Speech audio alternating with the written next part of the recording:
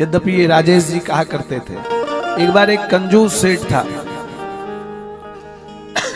और कंजूस सेठ ने जीवन भर रुपया दान नहीं दिया। उसको ये था कि क्यों दान दें, किस लिए दान दें। दान न देना हो इसके लिए कोई मंदिर न जाए, क्योंकि मंदिर जाएंगे तो आरती दिखाएंगे, फिर 10 रुपए चढ़ाइए। भगवान को प्रणाम कीजिए तो घूस चढ़ाइए।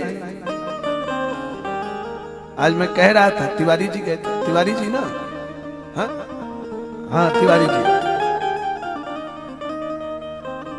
राम प्रकाश तिवारी, हाँ राम प्रकाश तिवारी जी। तो तिवारी जी को गाड़ी में बोल रहा था कि आजकल भगवान भी घूस लेने लग गए हैं। कैसा घूस? लोग भगवान की दान पेटी में धीरे से सरकाते, बोलते बाबा अभी इतना दे रहे हैं, काम हो जाएगा तो ये करेंगे, अभी एडवांस लीजिए, अभी एडवांस है।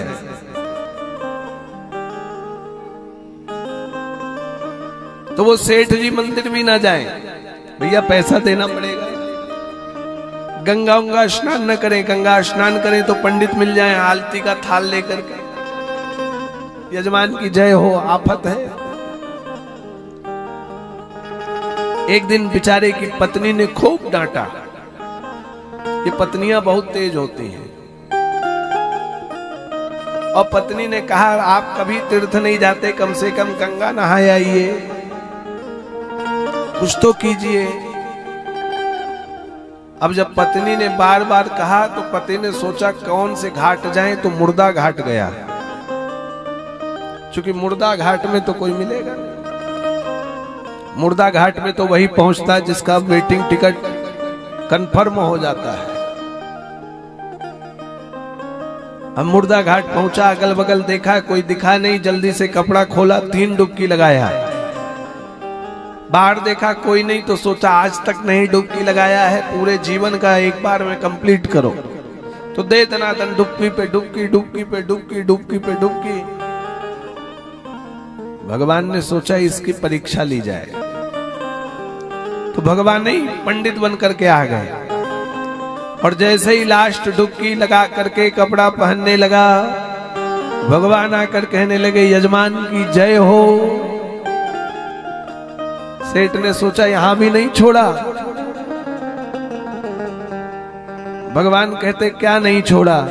अरे सेठ जी यहां तो बहुत कम लोग आते हैं, और जो आते हैं वो सोकर आते हैं, और जो खड़े होकर आते हैं वो तगड़ा दान देकर जाते हैं। कई लोग साल साल भर का अन्न दान दे देते हैं, कई 6-6 महीने का संकल्प करते हैं। आप बताइए आपका कितने साल का कर लें, कितने साल का भोजन का संकल्प करें? सेठ जी ने कहा साल भर, 6 महीना। अरे हम तो एक टाइम का संकल्प नहीं करने वाले हैं। भगवान ने कहा ऐसा नहीं हो सकता है। अब घाट में आए हो तो कुछ तो संकल्प करना ही होगा, कुछ तो दान देना ही होगा। सेठ ने कहा हम पर्स ही नहीं लाए। बोले पर्स नहीं लाए तो कोई बात नहीं, संकल्प कीजिए, बाद में लिया जाएगा। तो सेठ ने 1 रुपए का संकल्प कर लिया, हम 1 रुपया देंगे। सेठ भी सोचा क्या दिक्कत है, कौन सा मेरा घर जानता है। और भैया 1 रुपए का संकल्प करके सेठ बड़े प्रसन्न होकर आया, दान भी दे दिया, पैसा भी नहीं देना पड़ा, गंगा भी स्नान हो गया। वाह क्या बात है, बेवकूफ बना दिया, पंडित जी बेवकूफ बन गए। अब घर पहुंचा, पत्नी ने गर्मा गर्म भोजन बनाया। पत्नी ने कहा बहुत प्रसन्न हो? बोले हाँ आज गंगा नहा के बहुत खुश है। सो भोजन कर ही रहा था, तब तक गेट में ठक ठक ठक ठक आवाज भई। पत्नी गई दरवाजा खोलने तो देखे पंडित जी खड़े हैं। क्या बात पंडित जी, यजमान की जय हो, आपके पतिदेव 1 रुपए दान देने का संकल्प करके आए हैं। पत्नी ने भी सोचा पहली बार, तो बोले रुकिए आते हैं। भीतर गई, बोलने लगे एक पंडित जी आए हैं, वो 1 रुपए का दान का संकल्प आपने दिया वो लेने आए हैं। भैया सेठ जी सोचने लगे तगड़ा पंडित मिल गया ये तो, अब वापस कैसे किया जाए? तो बोले जाकर बोल दो स्नान किया तो तबीयत खराब हो गई, बहुत जोर ज्वर आ गया है, अभी तो उठ ही नहीं पा रहे हैं, बाद में आना।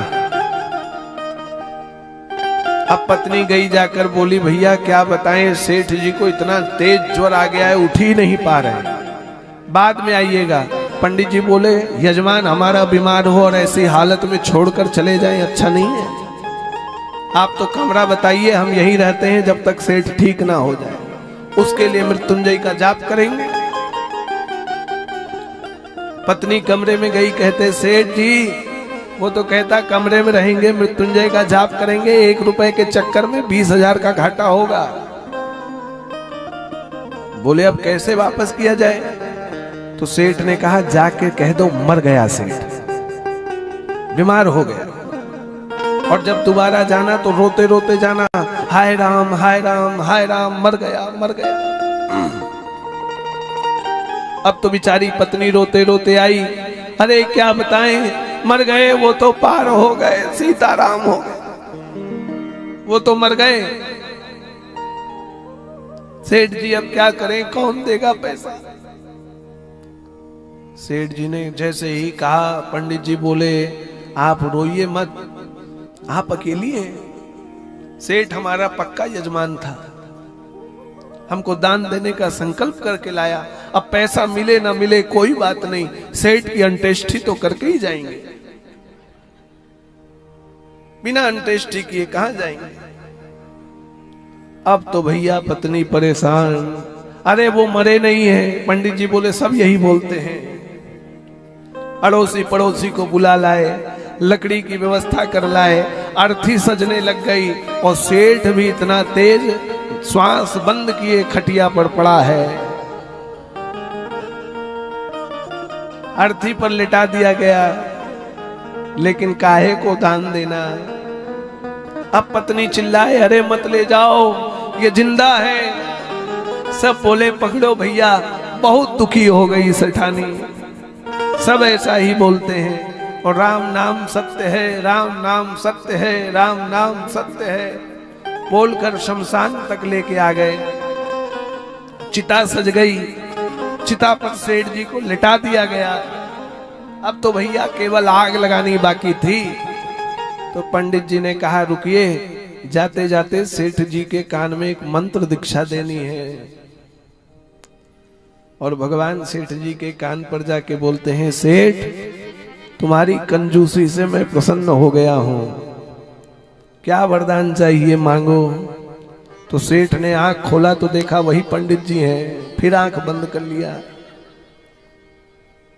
भगवान ने कहा अरे सेठ मैं भगवान हूं, पंडित नहीं, क्या वरदान चाहिए मांगो।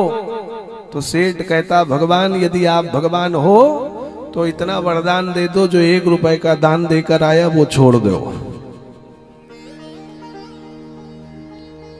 भगवान ने कहा अद्भुत भक्त मिला हमको पहली बार।